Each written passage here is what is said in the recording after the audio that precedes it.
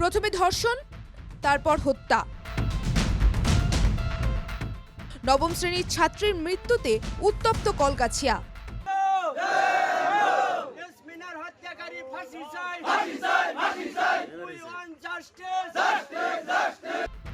শুক্রবার রাতে এই ঘটনা ঘটে বরপেটা জেলার কলগাছিয়া থানার অন্তর্গত সিটকারি গ্রামে। অভিযোগ, শুক্রবার রাতে কয়েকজন দুষ্কৃতী এক শ্রেণীর ছাত্রীকে ঘর থেকে উঠিয়ে নিয়ে যায়। রাতে পরিবারের লোকেরা অনুসন্ধান চালালেও ওই ছাত্রীর সন্ধান মেলেনি।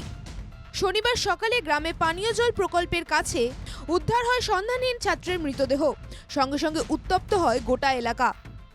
স্থানীয় জনগণের সন্দেহ, ধর্ষণ করেই হত্যা করা হয়েছে ওই ছাত্রীকে। জিলা বৰপেটা তো ৰাতি আমাৰ 11টা সাড়ে 11টা মানত আমাৰ ঘৰৰ পৰা ছোৱালীজনী নিৰুদ্দেশ হৈ যায়, নাইকিয়া হৈ যায়। তেতিয়া আমি ইফাল বিচাৰি চালোঁ, লোকেল গাঁৱৰ এলেকাবিলাক সব বিচাৰি চালোঁ, ক'তো নাই ছোৱালীজনী। এই ৰাতি 3টালৈকে আমি বিচাৰি চালোঁ, ক'তো নাপালোঁ।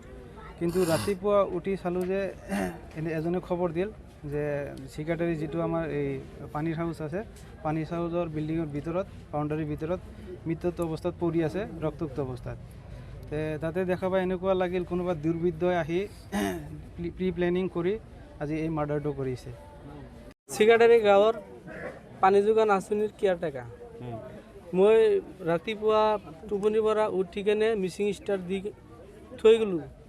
পানী উঠি আছে, পানী উঠাৰ পিছত আহি কেনে অভাৰ পানীত পৰি আছে। তেতিয়া মই মানে মিচিং বন্ধ কৰা আহিছোঁ। তেতিয়া মানে অলপ মানে হৈছে, হলক হৈছে। তেতিয়াহে চালোঁ যে মানুহ পৰি আছে, তাতে মানুহ পৰি আছে। তেতিয়া মই মানে দৌৰি মোৰ দাদা তাক মাতিলোঁ যে দাদা এনে কথা, মানুহ পৰি আছে। শনিবার সকালেই ঘটনাস্থলে পৌঁছে তদন্ত শুরু করে পুলিশ। এখনো পর্যন্ত অপরাধীদের ধরপাকড়ের কোনো খবর নেই। স্থানীয় জনগণ অপরাধীদের ফাঁসির দাবি জানিয়েছে। উল্লেখ্য, এই নিয়ে ওই গ্রামে পরপর 3টি এরকম ঘটনা ঘটল। বিষয়টি নিয়ে উদ্বেগ প্রকাশ করেছে স্থানীয় জনগণ।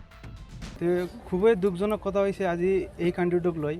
আৰু এনেকুৱা ধৰণৰ পৰপৰ 3টা কাণ্ড এই এলেকাত হৈ গ'ল, কিন্তু তাৰ একো আজিলৈকে তদন্ত বা একো উপযুক্ত শাস্তি আমি নাপালোঁ। আজিৰ দিনত মই এইখিনি ক'ব খুজি আছোঁ, আজিৰ এই অসম চৰকাৰ বা ভাৰত চৰকাৰত ইমান কটকটীয়া নিৰাপত্তা থকাৰ উপৰিও আজি কেনেকৈ দুৰ্বৃত্ত এনেকুৱা এটা কাম কৰি হাত সাৰি যাব পাৰে, সেইটো মোৰ অসম চৰকাৰ বা ভাৰত চৰকাৰলৈ বা অসমৰ মুখ্যমন্ত্ৰী ডক্টৰ হিমন্ত বিশ্ব শৰ্মালৈ মোৰ বিনম্ৰ অনুৰোধ বা আহ্বান। কলগাছিয়া থেকে রেজাউল হকের রিপোর্ট, NKTV বাংলা।